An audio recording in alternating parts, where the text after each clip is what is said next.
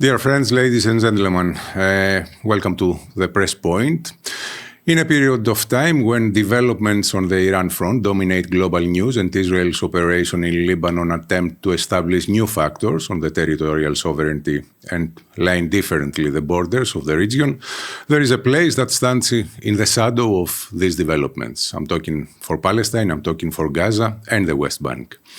Gaza, since the ceasefire agreement until today, lives under continuously attacks from the Israeli army, while the list of victims continues to grow.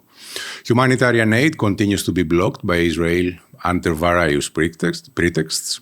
In the West Bank, settlers are attempting an unprecedented pogrom against the Palestinian residents in the area, according to the reports of Palestinian and Israeli non-government organizations. At the same time, an article by Amir Ahaz in the Haaretz newspaper highlights that austerity, mass unemployment, and mounting debt grip the West Bank as withheld revenues deepen a years-long economic crisis.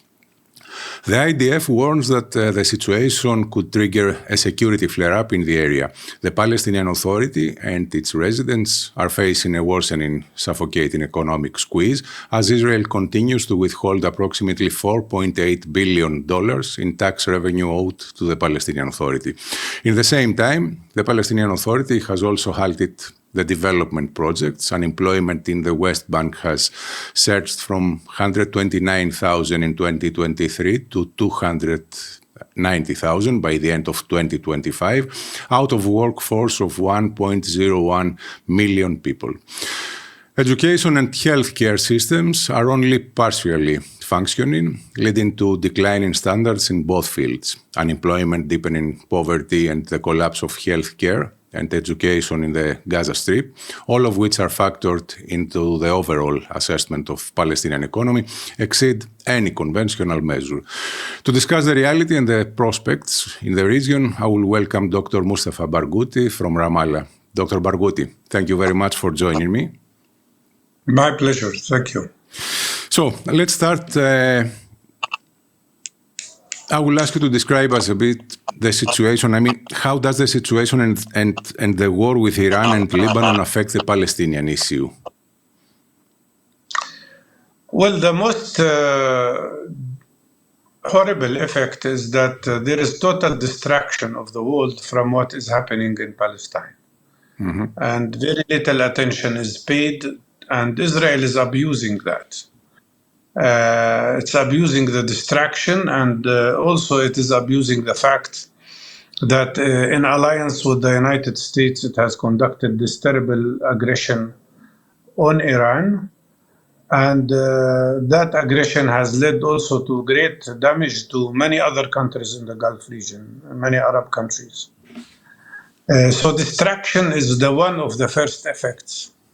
But also, I want to say that Israel never respected the existing ceasefire, which was concluded in October last year. Since that ceasefire was declared, Israel violated it no less than 2,310 times in Gaza. As it did, by the way, in violating the ceasefire in Lebanon before the war broke out there again, they violated it 10,000 times. But in Gaza, the result has been 845 new people killed, civilians, innocent people mostly, and more than 2,300 people injured. In addition to that, Israel did not respect the agreement in terms of allowing humanitarian assistance to Gaza, which means people are still living in most difficult humanitarian conditions. Not a single serious medical equipment was ever allowed to Gaza in the last 2.5 years. People suffer from shortages of everything, including food, including oil, including clean water, including medications, medical material, etc. And that leads to the spread of many epidemics there. But most importantly, Israel just recently declared that it is expanding the territory they are occupying, where they are actually destroying every existing structure. From 56 percent of the land to 64%, which means that the 2.2 million Palestinians living in Gaza now are clustered in less than 133 square kilometers, or maybe less than 50 square miles, living in the most horrible conditions. In the West Bank, the situation is not much better. What we see here is a combination of Israeli army continuous attacks on the population with the very dangerous phenomena of Israeli settler terrorist groups attacking Palestinian communities, burning houses, burning cars, destroying properties, confiscating land and stealing people's properties. And they recently started even shooting and killing people. 12 Palestinians have been killed already by Israeli settlers, in addition, of course, to the hundreds who were killed by the army. The number of Palestinian detainees or hostages, as I call them, has increased to almost 11,000 people who are also living in the most horrible situation. The reality is that Israel has violated every existing agreement, has destroyed what they called Oslo Agreement, and practically it is in the process of what they don't deny, which is the annexation of the West Bank, in addition, of course, to Jerusalem and Gaza Strip. Dr. Barghouti, we are allowing, because Gaza and West Bank, it's two different worlds. And on the other hand, you talked about the ceasefire agreement that is not implemented. What is the reason not to be implemented? I mean, I cannot understand if it's on the interest of the United States of America to see the success of the peace process and the ceasefire agreement, why they're not putting pressure, why they're not adding pressure to Israel to implement the agreement. Or the explanation is that they're busy right now with Iran or with whatever they're dealing in Middle East in general, so this is a project that they left it on the side and they will come to it later. No, that's the wrong explanation, in my opinion. First of all, let me say that the ceasefire agreement is respected only unilaterally by Palestinians. It's like a unilateral ceasefire from Palestinian side only. And the Palestinian groups have been very careful not to respond to Israeli military attacks, knowing that Israel is seeking an excuse to reactivate the genocidal war on Gaza, which has already killed and injured more than 12% of the population of Gaza, which is a huge number. If you apply that figure, that percentage to the United States, you would be talking about 37 million people killed or injured in the course of 2 years. So the Palestinians are respecting the ceasefire. Now, why the United States, which claims to be the guarantor of this agreement, and Trump considers himself the head of the peace pod, why they don't interfere? For a simple reason, because they don't care about Palestinians. And because they are fully and totally supportive of Israeli plans. And because Trump seems to be manipulated by Netanyahu continuously.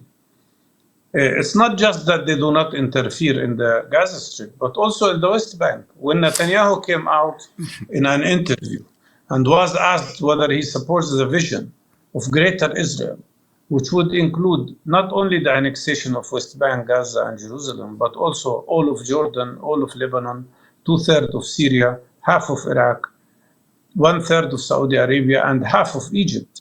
When he was asked whether he supports that vision, he said yes.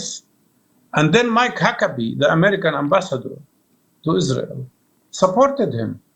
No American voice came out of the State Department or any other organ or the White House criticizing the American ambassador for saying such a thing. An American ambassador who refuses to call the West Bank and Gaza West Bank and Gaza. He keeps calling us Judea and Samaria, referring to the Torah and to Talmudic stories about Israel's right to the land. So in reality, if you ask me why Israel continues all of that, In short, I would say because Israel never gave up the idea that after confiscating the land, they have to conduct ethnic cleansing of Palestinians in Gaza. Okay, this is the interest of Israel. But on the other hand, I will come to my previous question. Why the United States of America, why Washington, why the American president and his people, they're not putting pressure, they're not adding pressure to Israel to implement the agreement? I mean, it's not on the interest of the American president to see the success of the peace of the ceasefire plan. He doesn't care about Palestinians, and one reason why but he cares about his own project. Okay. What is his own project? His project is annexation. His project is what Israel wants. His project is about disarming Palestinians and preventing any form of resistance so Israel can implement its plan. This is his project. That's why the Americans talk only about disarmament of Palestinians, who still have only some light weapons in comparison to Israel, which has the largest army in the Middle East and one of the largest armies in the world with the biggest possible aviation power and with maybe no less than 400 nuclear heads. Nobody speaks about Israel respecting international law or Israel respecting the laws that organize occupations. And nobody speaks about even demilitarizing a little zone near Gaza. No. Everything is on the shoulders of the Palestinians. And in my opinion, there is a very important reason why President Trump doesn't interfere, because he doesn't feel there is a price for what Israel is doing. Mm-hmm. And because the Arab countries who should pressure him are finding themselves in the most difficult situation because of the war with Iran. And that's why he feels it's not costing him anything. And this man thinks all the time of deals and of his profits and so on. So the only factor that would change the situation are two things. First of all, one factor that is here, we have it, which is the steadfastness of the Palestinian people who refuse to leave their country. And as long as we stay on this land, Israel will fail. But the other factor that we are still missing is that we need sanctions. We need boycott, sanctions on Israel in the same manner that was used against the system of apartheid in South Africa. Sanctions by whom? By all countries of the world. Mm-hmm. By European countries, for example. Instead of having military agreements as Greece does or Cyprus does, in contradiction with the history of excellent relationship between these countries and the Palestinians and their support and solidarity with the struggle of the Palestinian people, you see now military cooperation with Israel. And that is shameful because it's military cooperation with a country that is committing war crimes, with a country that is led by a war criminal who is wanted by the International Criminal Court. What we are struggling for here in Palestine is not just Palestinian rights and our future and our right to be free from oppression, from apartheid. What we struggle for is also that there should be respect of international law and international humanitarian law. Otherwise, all countries of the world will be threatened by any country who has the power and wants to invade them.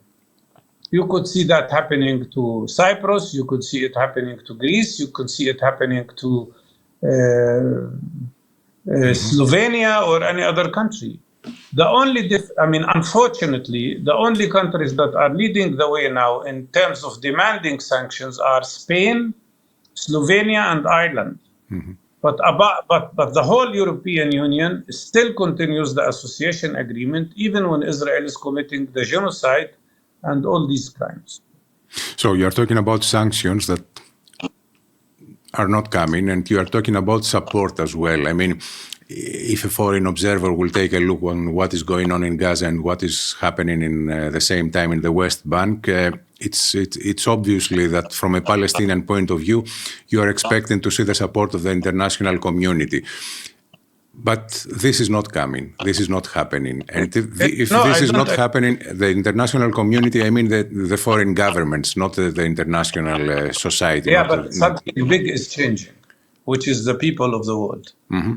And the Palestinians, they still have the support of the people around the world, but not of the governments around the world. So you feel like you are abandoned from the foreign governments at this point of the Palestinian struggle?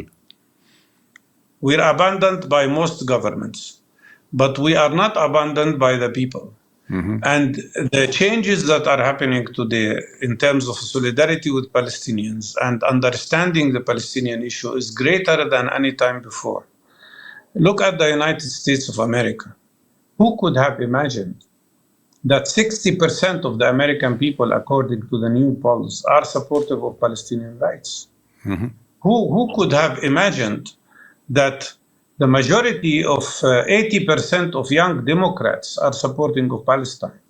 Who could have imagined that 40% of young Jewish people in America support the Palestinian rights? No, the changes that are happening at the level of the whole world are greater than any expectations.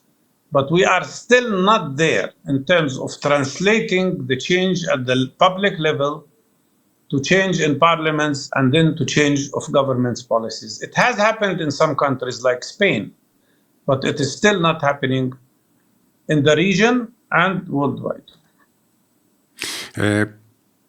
I don't know. I want to ask you if you feel like maybe if this is something that is discussed between the society as well, that for this abandonment of the Palestinian Authority, of the Palestinian people, there is a responsibility on the Palestinian Authority as well. Of course, the Palestinian Authority has made so many mistakes. And the greatest mistake is not committing to conducting unity of Palestinians. Mm-hmm. I was myself in the negotiations that took place between 14 Palestinian political groups in Beijing, and I personally drafted the agreement that all the parties signed. And that agreement spoke about creating a unified independent government for both West Bank and Gaza, and unfortunately the Palestinian Authority obstructed that. And they hurt themselves as much as they hurt the Palestinian people by doing so. Why? Because they don't want to upset the United States of America. They are still having hopes that United States will do something for us, which is nonsense. Some of them still have hopes after the huge mistake of signing Oslo Agreement, which was signed without even conditioning that Israel must stop all settlement activities. Even after Israel has destroyed the Oslo Agreement, some people are still believing that they can get some sort of solution with the Israeli side under this fascist government. In my opinion, the biggest mistake of the Palestinian Authority is that it failed to really implement the unity agreement. And we still demand that it does, not only for the sake of the Palestinian people and for the sake of national unity, but also for the sake of the authority itself, which is stripped from most of its authorities by the Israeli government, a fascist Israeli government led by people like Netanyahu and Smotrich. Smotrich, who calls himself a fascist homophobe. Smotrich, who's withholding, as you said, almost $5 billion of the tax revenue of Palestinians, depriving the Palestinian Authority from the ability to pay salaries for teachers, for doctors, for nurses, from being able to buy medications for cancer patients. They are doing that to the Palestinian Authority, and still, unfortunately, the Palestinian Authority, because of very close, very narrow personal interests of some people, is not doing what it should be doing, which is unifying the Palestinian people together, conducting true democratic reform, allowing the people to elect their leaders freely and democratically. So, if I got you well, you think that the inability of the political parties to respond to the needs of the citizens and to respond to the current situation that the Palestinians they are facing, it highlights the need for a change of the political life and of the political scene of the country? Yes, of course. We didn't have legislative council elections since 20 years. We did not have presidential elections since 21 years. Our law says that a president is chosen for 4 years, not for 21 years. And our law says that we should have separation of powers between legislative, judiciary, and executive powers. We don't have that anymore. And the last Palestinian parliament was dissolved in 2018 and no new elections took place. So we are without a parliament since 8 years. We are without presidential and legislative council elections since 21 years. That is unacceptable. And yes, we need reform, but true reform, not reform to satisfy the interest of some Western governments who want Palestinians to capitulate to the Israeli side, but a true democratic reform that allows people to choose their leaders freely, to choose the political line freely, and to open the door for younger generation to take responsibility in leadership. We didn't have any of that for the last 2 decades. Dr. Barghouti, since the beginning of the operation in Gaza, from the IDF, from the Israeli army, West Bank is standing on the shadow of this operation. I mean, we have seen the uprooting of trees, we have seen the uprooting of people, we have seen the IDF destroying neighborhoods and villages. And in the same time, we see that the violence from the settlers to come to numbers that we never have seen before.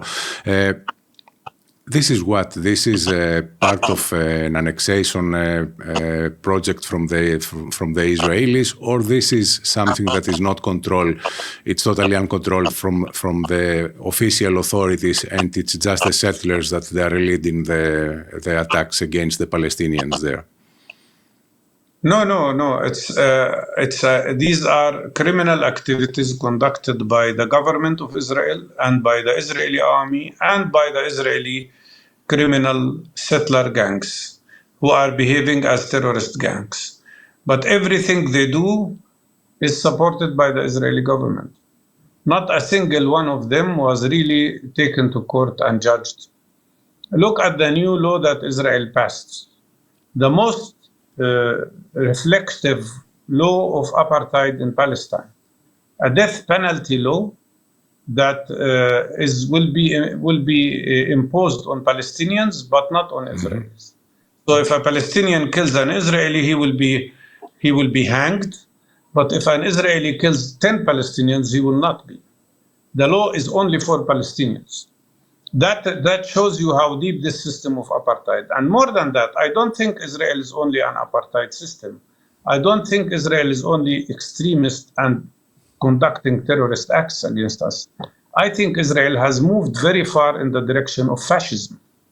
And when you see members of the Israeli parliament celebrating the death penalty law by drinking glasses of champagne in the parliament, and when you see them putting on their chests symbols of the ropes that will be hanging Palestinians, and when you see the Minister of Internal Security, another settler, Ben-Gvir, celebrating his 50th birthday with his wife and his family with a cake that has the symbol of the rope that will hang Palestinians.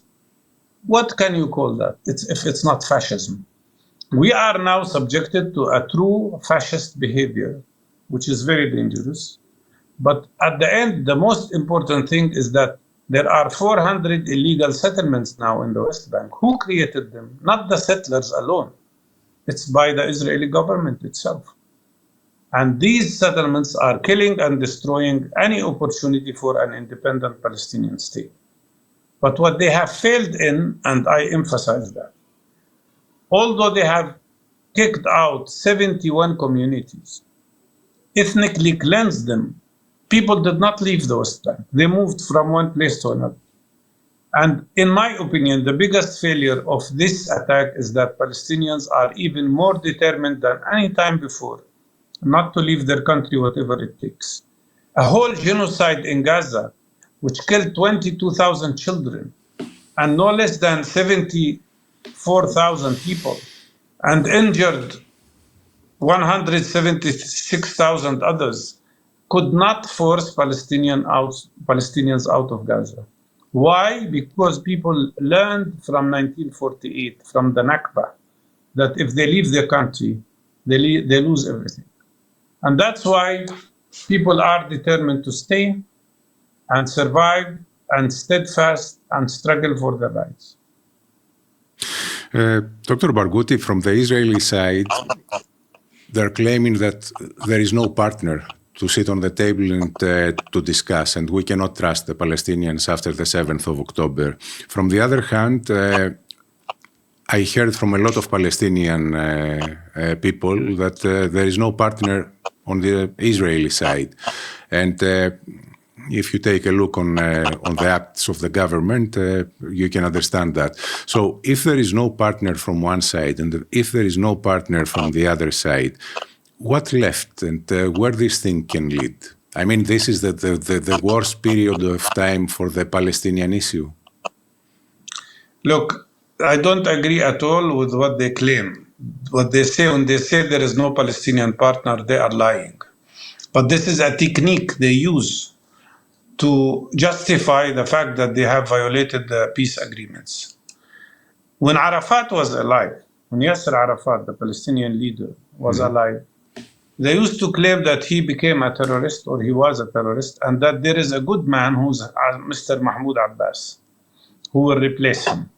And while Arafat was under siege in the Muqata'a, Sharon and Bush met with Mr. Abbas in Sharm el-Sheikh, and they said they are creating a new path to negotiations and peace.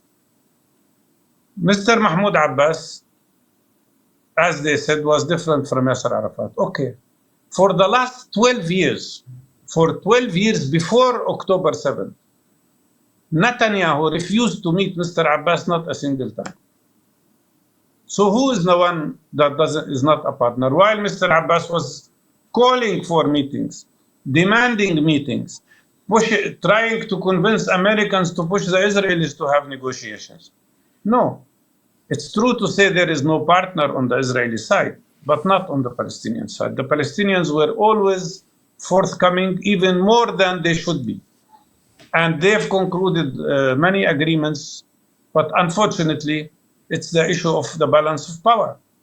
And the Israelis feel almighty, and they don't care about Palestinians, and they don't care about peace, and they don't care about having a peace agreement. And by the way, that applies not only to Netanyahu, but also to the opposition of Israel, including people like Labid and Naftali Bennett, who just recently said the issue of a Palestinian state is not on the table anymore, and that this issue is resolved.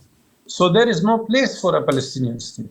So if there is no place for a Palestinian state from Israeli perspective, how can we have a two-state solution without a Palestinian state? In reality, in my opinion, Israel is destroying the very last opportunity, or have destroyed the very last opportunity of a two-state solution. And the only alternative to that is one democratic state with equal rights for everybody, something we will struggle for, whatever it takes. We will never stop our struggle till we get our freedom, until we bring down this system of apartheid. Okay, two more questions, and the first one, it's connected to Gaza, to the situation in Gaza, and to the progress of the implementation of the peace agreement. From your point of view, Hamas, it should be disarmed. I mean, according to the agreement, will Hamas disarm? You think? And in the scenario of the total removal of Hamas from the political matters, from the political life, it's realistic?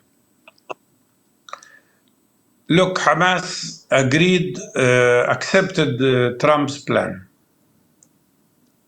And now they say they are ready to discuss the issue of disarmament if the first stage of the agreement is implemented. And that's what the agreement says, that there is a first stage where there will be complete ceasefire, and Israel will start withdrawing from the areas it is occupying, and an international peacekeeping force will come to Gaza, and a national independent committee will come in Gaza and take over the governance responsibility from Hamas. Which didn't happen yet. Wait.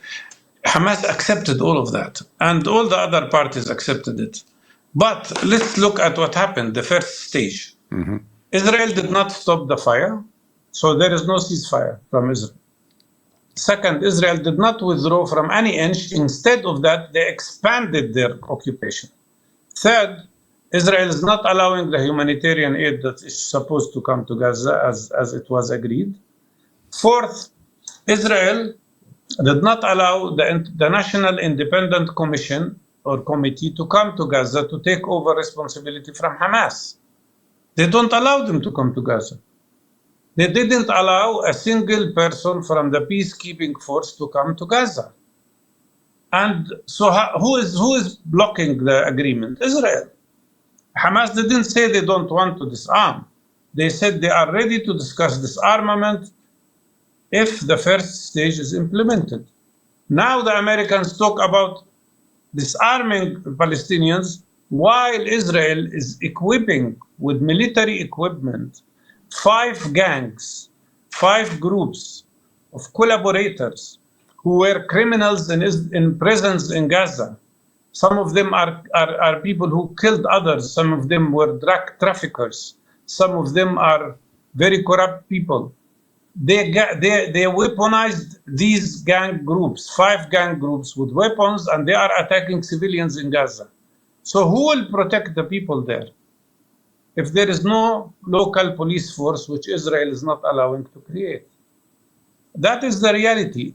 What Israel wants, and the Americans know that very well, but they stay silent about it, this administration, is that they want to destroy Palestinians. They hope that they can disarm Hamas, and then these gangs of collaborators with the Israeli army will start slaughtering people, as they did in Sabra and Shatila in Lebanon at one point of time when the PLO agreed to leave Lebanon, and then their people in refugee camps were slaughtered. And my last question, what is your projection for the future of the Palestinian issue under the conditions shaped by the policies of Donald Trump? There is no hope while Donald Trump and his administration is there. There is no hope for real peace. In his first term, he presented what he called the deal of the century, which transformed the idea of a Palestinian state into clusters of Bantustans and ghettos, just to justify the annexation of Israeli illegal settlements. In the second stage, in the second presidency, he's not even talking about a Palestinian state. And in my opinion, as long as this administration is here, we will not see any serious progress to peace. But I know that this administration will face great challenge in November with the midterm elections. And I see that there is a very important and big rise of pro-Palestinian movements among not only the Democratic Party, but even inside the Republican Party. And I see more and more Americans worried about Israeli dictation of the American policy in the Middle East. So, Dr. Mústafà Μπαργκούτι, thank you very much for joining me. Ladies and gentlemen, thank you too. We're renewing our appointment.